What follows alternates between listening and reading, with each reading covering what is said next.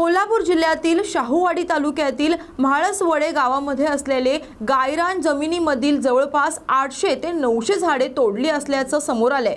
या प्रकरणी संबंधित वनक्षेत्रपाल, वनपाल तसेच इतर संबंधित यांच्यावर कारवाई होणे अपेक्षित असताना ठेकेदारावर किरकोळ दंडात्मक कारवाई केली असल्यानं संबंधितांवर कायदेशीर कारवाई करावी यासाठी शिवसेना उद्धव बाळासाहेब ठाकरे पक्षाच्या वतीनं उपवनरक्षक यांना निवेदन देऊन यामध्ये जे कोणीही संबंधी सहभागी असतील त्यांच्यावर लवकरात लवकर गुन्हा दाखल करून कारवाई करण्याची मागणी यावेळी जिल्हा प्रमुख संजय पवार यांनी केली आहे। याचा आढावा घेतलाय आमचे प्रतिनिधी सलमान जमादार यांनी। आज गुरुप्रसाद साहेब उपवन संरक्षण कोल्हापूर यांना म्हाळसवडे तालुका राधानगरी येथे ज्या मोठ्या प्रमाणात झाडांची कत्तल झालेली आहे त्या संदर्भात शिवसेना उद्धव बाळासाहेब ठाकरे या पक्षाच्या वतीने आम्ही निवेदन दिलेलं आहे। त्यांना आम्ही इशारा दिला आहे की त्यांच्या म्हणण्याप्रमाणे 300 ते 400 झाडांची परवानगी घेतली होती, पण आमचा आरोप आहे तिथं साधारण 900 झाडं तोडलेली आहेत आणि चांगल्या किमतीची ती तोडता कामा नाहीत, तोडू नये असा एक कायदा असताना सुद्धा संबंधित ठेकेदारी झाडं तोडलेली आहेत। ती झाडं तोडताना त्यांच्या गुन्हा दाखल करणं गरजेचं होतं, त्याची मशिनरी जप्त करणं गरजेचं होतं, पण तिथले काही यांचे अधिकारी, तिथले कर्मचारी आणि ठेकेदार संघर्ष मतांमुळे अक्षरशः जंगलाची कत्तल केलेली आहे। एकीकडे तुम्ही सांगताय लहान मुलांना शाळेतनं बोर्ड देताय झाडे लावा, झाडे जगवा, पर्यावरण जगवा। ह्या अशा लोकांचं पर्यावरण जगणार नसेल आणि कत्तल होणार असेल तर भविष्यात कोल्हापूरकरांनी आता ह्या लोकांना विश्वास न ठेवता कोल्हापुरी पायतान घेऊन हातात उचललं पाहिजे अशी माझी अपेक्षा आहे। नाही तर भविष्यामध्ये पुढची पिढी आपल्याला माफ नाही करणार आणि मग जनावरं गावात आली इकडे आली कशी येणार नाहीत, येणार ना, त्यांना तिथे काय मिळत येणार ना।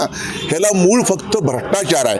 आज तहसीलदार दिलेल्या अहवालात जवळजवळ 800 ते 900 झाडं म्हटलेली आहेत, ह्यांचा अहवाल म्हणतोय 300 झाडं। खरं कोण खोटं कोण हे म्हणतात नाही आम्हाला बाबा ते गावरान आहे ते त्यांचा अधिकार नाही आहे। एकदा जिल्हाधिकारी स्पष्ट करणं गरजेचं आहे येडगे साहेबांनी की गायरानमध्ये तुमचा अधिकार आहे की नाही आहे, फॉरेस्टच्या अधिकाऱ्यामध्ये तुमचा अधिकार नाही आहे। नेमकं काय हे प्रशासकीय लेवलला संपवायला पाहिजे।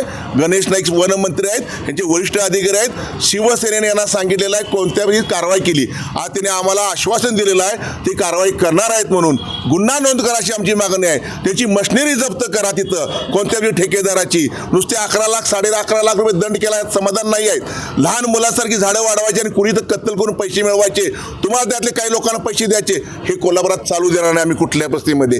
झाडं जगली पाहिजेत, जंगल जगलं पाहिजे, टिकलं पाहिजे, ही भूमिका आमची आहे।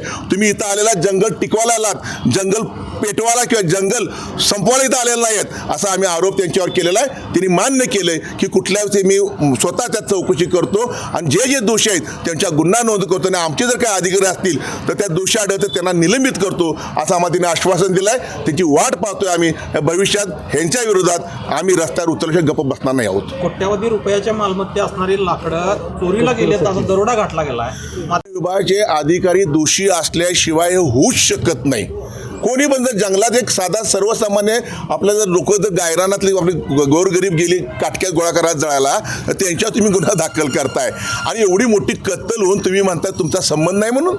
अरे इथं बसून नाही होणार, त्यांनी ते स्वतः जायला पाहिजे, तिथं बघायला पाहिजे ना। भविष्यात बाचुळकर साहेब आहेत, उदय गायकवाड साहेब, आमचे देवरेदादा हर्षल ह्यात काम करणारे माणसं आहेत, त्यांना तुम्हाला घेऊन जाणार आहे तिथं खरोखर दूध का दूध पाणी का पाणी एकदा करू, किती झाडं तोडले कुठली झाडं तोडले एकदा बघूया आपण। ह्यांनी कारवाई नाही केली तर निश्चित आपण त्या जागेवर बघू आपण आणि कोणत्या बसेमध्ये ह्याचा पाठपुरावा करून संमतीवर गुन्हे नोंद दिसतोपर्यंत आम्ही गप्प बसणार नाही आहोत। अद्याप स्थानिक ग्रामपंचायतीनं परवानगी दिलेली ग्रामपंचायतीवर गुन्हा दाखल झालेला नाही।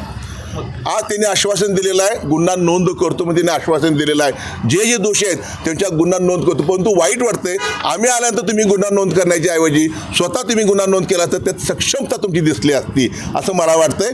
तरी पण त्यांच्यावर आम्ही अपेक्षा ठेवतो की गुरुप्रसाद साहेब त्यांच्यावर कारवाई करतील।